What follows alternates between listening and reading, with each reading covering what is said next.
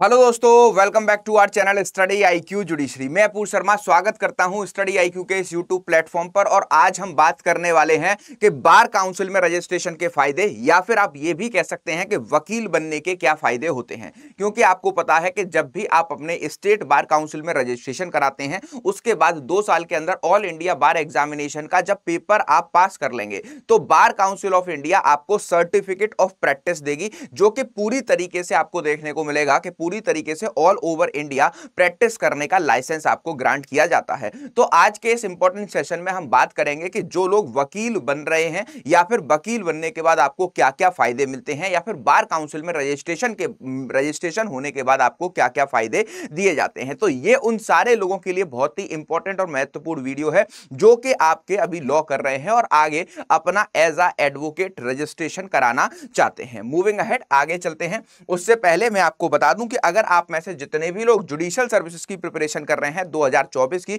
2025 की, तो यहां पर आपको मैं बताना चाहता हूं कि प्रीलिम्स, मेंस, इंटरव्यू तीनों ही स्टेजेस की तैयारी कराने का लाइव फाउंडेशन बैच नंबर 7 की क्लासेस स्टार्ट होने वाली हैं 11 मार्च से। 11 मार्च से आपका यह बैच कॉम्प्रिहेंसिवली स्टार्ट किया जा रहा है। और अगर आप APU का कोड यूज करते हैं तो 24,999 में मेंस के प्रोस्पेक्टिव से यह बैच आपको दिया जा रहा है। 4 बजे से लेकर 8 बजे तक इसकी डेली बेसिस पर मेजर और माइनर लॉ की क्लासेस चलती हैं और ये पूरा बैच आपके लिए 2 साल के लिए वैलिड रहता है। तो आप आज ही जाकर इस बैच को ज्वाइन कर सकते हैं, मात्र जो है 24,999 में। प्लस आपका ये जो बैच है इसमें मेंस के प्रोस्पेक्टिव से सारी चीजें डिटेल में कवर कराई जाएंगी। इसके बारे में हम सेशन के लास्ट में चर्चा करेंगे। या फिर अभी तक आपने मुझसे कनेक्ट नहीं किया है तो आप मुझे कनेक्ट कर सकते हैं अपूर्व शर्मा ऑफिशियल इस टेलीग्राम ग्रुप पर। वीडियो के डिस्क्रिप्शन में आपको टेलीग्राम का लिंक मिलेगा, वहां पर जाकर आप मुझे कनेक्ट कर सकते हैं या फिर कोई भी जानकारी साझा कर सकते हैं। या फिर आप मुझे अपूर्व शर्मा 252 के इंस्टाग्राम पर भी मैसेज करके कोई भी जानकारी साझा कर सकते हैं। अगर किसी को एडमिशन लेने में या फिर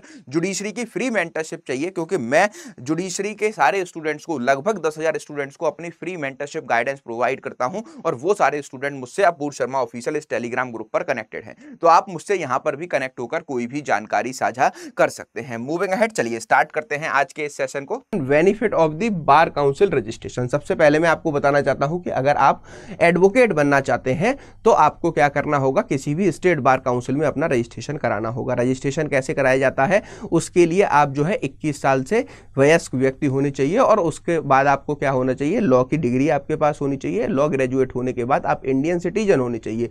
ये तीनों एलिजिबिलिटी क्राइटेरिया आप अगर रखते हैं तो आप अपने स्टेट बार काउंसिल के जो है किसी भी डिस्ट्रिक्ट में जाकर वहां से बार काउंसिल का रजिस्टर्ड फॉर्म अपने पास ले सकते हैं। और फॉर्म लेने के बाद आपको क्या करना है, जो भी डॉक्यूमेंट्स वहां पर होते हैं उनको सबमिट करना होता है और उसके साथ लगाना होता है, जिसमें अपनी सारी डिटेल्स भरनी होती है, 5 फोटो चिपकाने होते हैं। वो सब ले जाने के बाद आपको एक DD बनवाना पड़ता है, जो भी स्टेट की जो फीस होती है। तो बार काउंसिल ऑफ उत्तर प्रदेश में अगर आप रजिस्ट्रेशन कराते हैं तो bar registrar of bar council of Uttar Pradesh या फिर chairman of bar council of Uttar Pradesh के नाम से 15,000 के अप्रोक्स के DD बनवाए जाते हैं और वो DD आपको फॉर्म के साथ ले जाकर सबमिट करने होते हैं। तो जहां पर आप सबमिट करते हैं वहीं से आपको दिया जाता है सबसे पहले सर्टिफिकेट ऑफ प्रैक्टिस। इसका मतलब वो लाइसेंस जिससे कि आप जिस भी स्टेट में अपना क्या कराएंगे, एनरोलमेंट कराएंगे, वहां पे आप जो है अधिवक्ता बन जाएंगे और अपने क्लाइंट्स का उस स्टेट के कोर्ट्स में रिप्रेजेंटेशन करने लगेंगे। अगर आप ऑल ओवर इंडिया प्रैक्टिस करना चाहते हैं तो उसके लिए आपको क्या करना होता है, स्टेट बार काउंसिल में अपना एनरोलमेंट कराने के बाद एक बार काउंसिल ऑफ इंडिया द्वारा ऑल इंडिया बार एग्जामिनेशन का पेपर कंडक्ट कराया जाता है, उसमें अपने आप को एनरोल कराना होता है और वहां पर जो फीस ली जाती है आपसे उस पेपर को बार काउंसिल ऑफ इंडिया कंडक्ट कराती है और उस पेपर को जो भी लोग पास कर लेते हैं उनको ऑल ओवर इंडिया लाइसेंस दे दिया जाता है प्रैक्टिस करने का।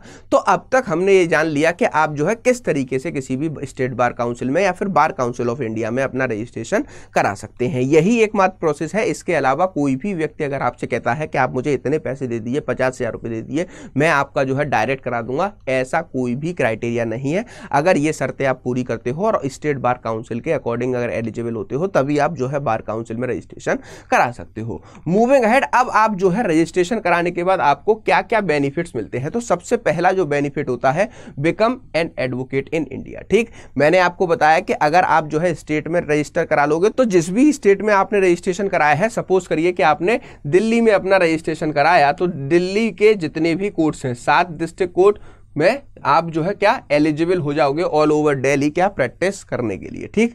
और अगर आपने सपोज करिए कि यूपी में अपना कराया है, तो यूपी में जितने भी कोर्ट्स हैं, ठीक, पूरे स्टेट में वहां पे आप जो है क्या है केस लड़ सकते हैं, ठीक। लेकिन उसके बाद आपने अपने आप को ऑल इंडिया बार एग्जामिनेशन का पेपर देके बार काउंसिल ऑफ इंडिया के पेपर को क्वालिफाई कर लिया है, तो आप क्या होगे all over India as a advocate बन जाओगे। तो सबसे पहला बेनिफिट यही होता है कि आपको एक ऑल ओवर इंडिया लेवल का एडवोकेसी का प्रैक्टिस करने का लाइसेंस मिल जाता है और आप ऑल ओवर इंडिया किसी भी कोर्ट में क्या कर सकते हो, जाके प्रैक्टिस कर सकते हो, ठीक। दूसरा जो आता है कि आपको सर्टिफिकेट ऑफ प्रैक्टिस ग्रांट किया जाता है। सर्टिफिकेट ऑफ प्रैक्टिस मतलब आपको स्टेट बार काउंसिल एक अलग सर्टिफिकेट देते हैं जो कि स्टेट के रजिस्ट्रेशन के बाद मिलता है, जिसमें आप एक स्टेट में, जैसे मैंने दिल्ली का एग्जांपल दिया, तो दिल्ली में सारे क्लाइंटों का रिप्रेजेंटेशन कर सकते हैं। वहीं पर जब आप AIBE का एग्जाम निकालते हैं तो आपको बार council of India, bar council of India एक सर्टिफिकेट देती है जिसको हम COP बोलते हैं, सर्टिफिकेट ऑफ प्रैक्टिस बोलते हैं, जहां पर आपको क्या होता है, आपका पूरे ऑल ओवर इंडिया किसी भी कोर्ट में वकालतनामा फाइल कराया जा सकता है और आप खुद जाकर क्या कर सकते हो, किसी भी कोर्ट में जाकर बहस कर सकते हो। तो वो होता है दूसरा कि सर्टिफिकेट ऑफ प्रैक्टिस आपको मिल जाता है। और इसी के साथ साथ क्या होता है कि जैसे ही आपका रजिस्ट्रेशन होता है, सर्टिफिकेट ऑफ प्रैक्टिस मिलता है, वैसे ही आपका जो है लीगल फील्ड में एक्सपीरियंस काउंट होना शुरू हो जाता है। और यही लीगल फील्ड में एक्सपीरियंस के लिए एक एक दिन, मैं ये बोलता हूं कि एक एक घंटा और एक एक मिनट की जो है बहुत ज्यादा अहमियत है। जब आप जुडिशियल ऑफिसर बन जाते हो अपने एक्सपीरियंस के बेसिस पे, या फिर आपको सीनियर एडवोकेट डेजिग्नेट किया जाना होता है, तब एक एक दिन की, एक एक घंटे की, या फिर जिस व्यक्ति ने ओथ पहले ली होती है उसको सीनियर माना जाता है, ना कि आपकी उम्र को और ना ही आपका जो कि आपने जो है कौन से कॉलेज से और कितने अच्छे कॉलेज से लॉ की डिग्री प्राप्त की है। इन सब चीजों को वरीयता नहीं दी जाती। सिर्फ और सिर्फ जिस दिन से आपने अपना डेट ऑफ रजिस्ट्रेशन रखा है, डेट ऑफ रजिस्ट्रेशन, उस दिन से आपकी सीनियरिटी इस प्रोफेशन में काउंट की जाती है, ठीक। तीसरा जो बेनिफिट होता है कि eligibility for the various government exam. ये बहुत इंपॉर्टेंट है कि आप जो है जैसे ही अपने आप को एज अ एडवोकेट एनरोल कराते हो तो आप क्या कर सकते हो, वेरियस एडवोकेट एग्जाम्स के लिए क्या कहते हैं, आप जो है क्या होते हो, क्वालिफाई हो जाते हो। जैसे कि registered with the bar makes way of the various other high paying government jobs opportunity, for instance for the applying for the judicial examination, registration with the bar council of India is mandatory.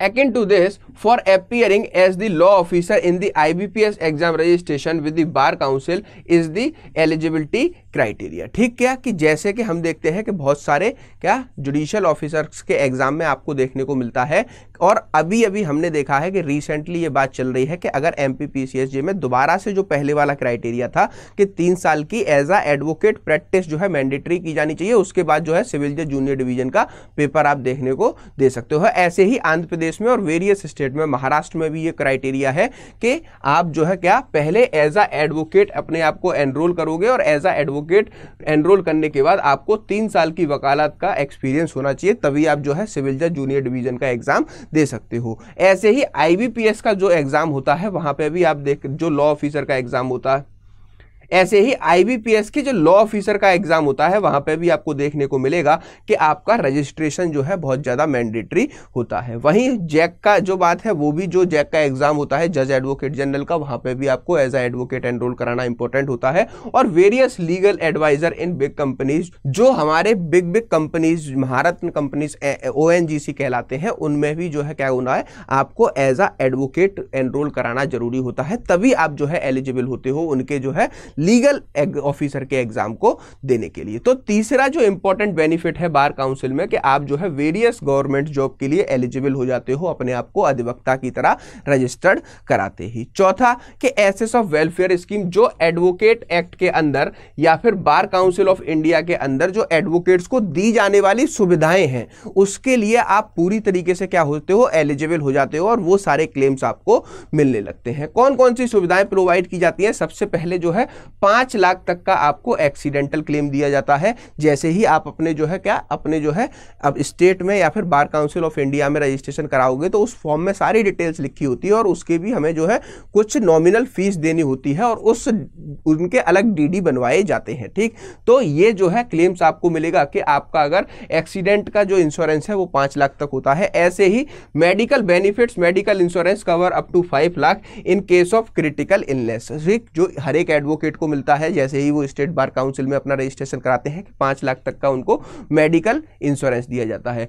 Advocate enrol are also eligible for the life insurance coverage up to 5 lakh rupees. ठीक, 5 lakh rupees का उनको insurance coverage दिया जाता है। चौथा, benefits can be available under the advocates aid fund scheme on the death of advocate. ठीक, जो भी किसी भी एडवोकेट की डेथ हो जाती है तो जो एडवोकेट एक्ट के अंदर जो भी फंड और स्कीम्स उसके फैमिली को या फिर उसके बच्चों को मिलनी चाहिए उनके लिए जो है आप कैपेबल और एलिजिबल हो जाते हो। तीसरा, many other monetary benefits are also available under in this scheme, और जो भी हमारे एडवोकेसी एक्ट के अंदर मॉनिटरी बेनिफिट्स या फिर मॉनिटरी स्कीम्स मिलनी चाहिए वो सारी स्कीम्स आपको मिलने लगती हैं। ठीक, तो ये जो है सबसे ज़्यादा इंपॉर्टेंट पॉइंट है कि जो भी वेलफेयर स्कीम है बार काउंसिल ऑफ इंडिया की या फिर स्टेट बार काउंसिल की वो भी सारी चीज़ें आपको मिलने लगती हैं। पांचवा और इंपॉर्टेंट पॉइंट कि आप जो है एडवोकेट स्टिकर लगाने के लिए एलिजिबल हो जाते हो अपने गाड़ीज पर, अपनी बाइक्स पर। ठीक, तो ये जो है क्या कहते हैं बहुत ही इंपॉर्टेंट वो है। लेकिन हमें देखने को मिलता है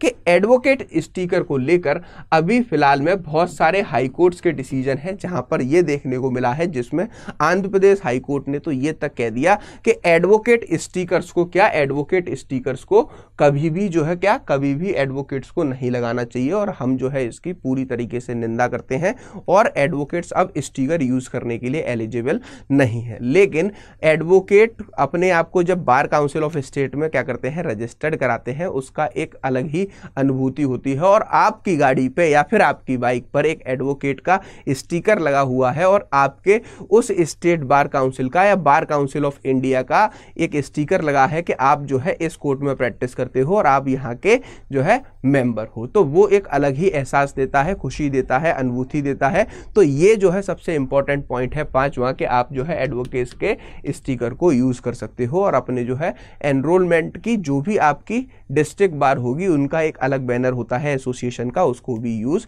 कर सकते हो।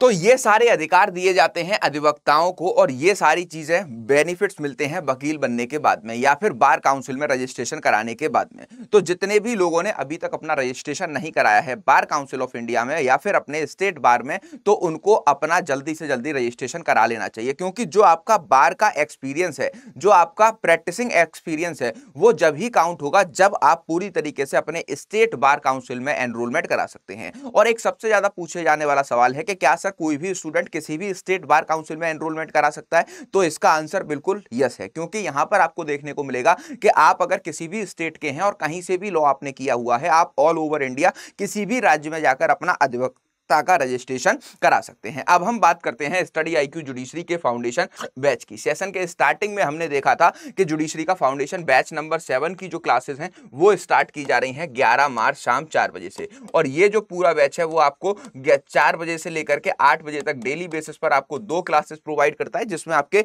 मेंस के प्रोस्पेक्टिव से तैयारी कराई जाती है। मेंस के प्रोस्पेक्टिव से अगर बात करें तो सारे आपके major laws as well as minor laws as well as 15 states के लोकल लॉज आपको इसमें प्रोवाइड किए जाते हैं। मेंस के प्रोस्पेक्टिव से ही अगर देखें तो आपका जो मेंस का सबसे टफ पार्ट है जीके जीएस का पेपर, वो आपको 2 महीने इस बैच में कवर कराया जाता है जुडिशरी के प्रोस्पेक्टिव से। प्लस आपका मेंस का जो लैंग्वेज पेपर है जिसमें आपके इंग्लिश और हिंदी आते हैं, तो इंग्लिश और हिंदी आपको यहाँ पर मेंस के प्रोस्पेक्टिव से 1 महीने लाइव पढ़ाया जाता है। वीकली बेसिस पर जनरल और आपको लीगल करंट अफेयर्स प्रोवाइड किए जाते हैं। इसी के साथ आपको देखने को मिलेगा कि इस बैच में आपको प्रोवाइड किया जाता है मेंस आंसर राइटिंग की क्लासेस, कैसे आपको मेंस आंसर राइटिंग करनी है, और वीकली बेसिस पर आपकी ये प्रैक्टिसेस चलती रहती हैं। इसके साथ ही आपको मैं ये बताना चाहता हूं कि इस बैच में हर टीचर के डिटेल लेक्चर नोट्स की पीडीएफ वगैरह आपको प्रोवाइड की जाती हैं। इसके साथ में हर क्लास के हैंड रिटन नोट्स मेंस के प्रोस्पेक्टिव से बनाकर दिए जाते हैं, जिसमें आपको कैसे लेंथी टॉपिक्स को लिमिटेड वर्ड्स में एक स्पेसिफिक ड्यूरेशन में या टाइम पीरियड में 12 से 15 मिनट में कंप्लीट कंप्लीट करना है। इसमें आपकी ऐसे राइटिंग, जजमेंट राइटिंग और चाहे आपकी सिविल की हो या क्रिमिनल की हो, वो दोनों साइड की जो है आपकी जजमेंट राइटिंग भी कवर कराई जाती है। और अगर आप मेंस के प्रोस्पेक्टिव से तैयारी करना चाहते हैं तो इसमें आपकी हेल्प करने के लिए एक डेडिकेटेड मेंटर आपको अलॉट किया जाएगा, जो कि आपको जो है पूरी तरीके से सारी चीजें प्रोवाइड करेगा। डेली बेसिस पर आपको जो भी टॉपिक पढ़ाए जाएंगे उनके एमसीक्यू क्वेश्चंस भी दिए जाते हैं। और ये हमारा इंग्लिश बैच है जिसमें इंग्लिश और हिंदी माध्यम के दोनों ही स्टूडेंट तैयारी कर सकते हैं। अगर आप इस बैच में एनरोल करना चाहते हैं तो 40,000 के इस बैच में आप एपीयू का कोड यूज कर सकते हैं और मात्र 24,999 में इस बैच को ज्वाइन कर सकते हैं। बैच को ज्वाइन करने का तरीका क्या है वो मैं आपको बता देता हूं। बैच को आप कैसे ज्वाइन कर सकते हैं, तो बहुत ही सिंपल और इजी तरीका है, आप खुद से भी जाकर इस बैच को ज्वाइन कर सकते हैं। सबसे पहले आपको आपको जो है गूगल पर जाना है और गूगल पर जाकर आपको सर्च करना है स्टडी IQ जुडिशरी। जैसे ही आप गूगल पर जाकर स्टडी IQ जुडिशरी को सर्च करेंगे, ओरिजिनल वेबसाइट पर क्लिक करते ही आपको दिख जाएगा 40,000 का comprehensive batch judiciary foundation batch number 7। जब आप बाय नाउ के ऑप्शन पर जाओगे तो आपको 24 मंथ की वैलिडिटी का ये कोर्स 40,000 का दिखेगा। ऑफर अवेलेबल में आपको जाना है और यहां पर गोटा कूपन कोड में मेरे नाम के 3 अक्षर जो कि आपको डिस्प्ले पर दिख रहे हैं वो टाइप करने होते हैं। जैसे ही आप एपीयू का कोड इसमें डालोगे, 24 मंथ की वैलिडिटी, 2 साल की वैलिडिटी का ये कोर्स 24,999 में आपको प्रोवाइड किया जा रहा है। इसके बाद आपको बाय नाउ के ऑप्शन पर जाना होता है। इतने सारे पेमेंट के ऑप्शन आएंगे, इसमें से किसी भी माध्यम से पेमेंट करोगे आपका इस बैच में एडमिशन हो जाएगा। अगर आप एपीयू के कोड से इस बैच में एडमिशन लेते हैं तो आपको देखने को मिलेगा कि जो स्टडी IQ जुडिशरी का 16 स्टेट्स का रिकॉर्डेड कोर्स है, जिसको आप जुडिशरी महापैक के नेम से जानते हो, वो भी आपको फ्री ऑफ कॉस्ट दिया जा रहा है। तो दो कोर्सेज, वो भी 2 साल की वैलिडिटी के साथ आपको प्रोवाइड किए जा रहे हैं। और यहां पर अगर आपको इससे रिलेटेड, बैच से रिलेटेड कोई भी जानकारी हो, कोई भी जानकारी लेनी हो, कुछ भी डाउट आ रहा हो, तो आप डायरेक्टली जो है मुझे अप्रोच कर सकते हैं अपूर शर्मा 252 के इस इंस्टाग्राम अकाउंट पर या फिर अपूर शर्मा 252 के इस टेलीग्राम ग्रुप पर। इन दोनों ही सोशल मीडिया हैंडल्स पर मैं स्टूडेंट्स के लिए हमेशा अवेलेबल रहता हूं। अगर आपके स्टडी IQ के किसी भी एग्जीक्यूटिव से बात हो रही हो या फिर आप व्हाट्सएप सपोर्ट पर उनसे बात कर रहे हो, तो आप उनको इन्फॉर्म कर दीजिएगा कि आपने अपूर सर का वीडियो देखा हुआ है, वो आपका मैक्सिमम डिस्काउंट 24,999 में ही एडमिशन करा देंगे। और अगर आपको ये वीडियो पसंद आया हो तो इसको लाइक और शेयर करना मत भूलिएगा। मिलते हैं नेक्स्ट सेशन में। Thank you for watching.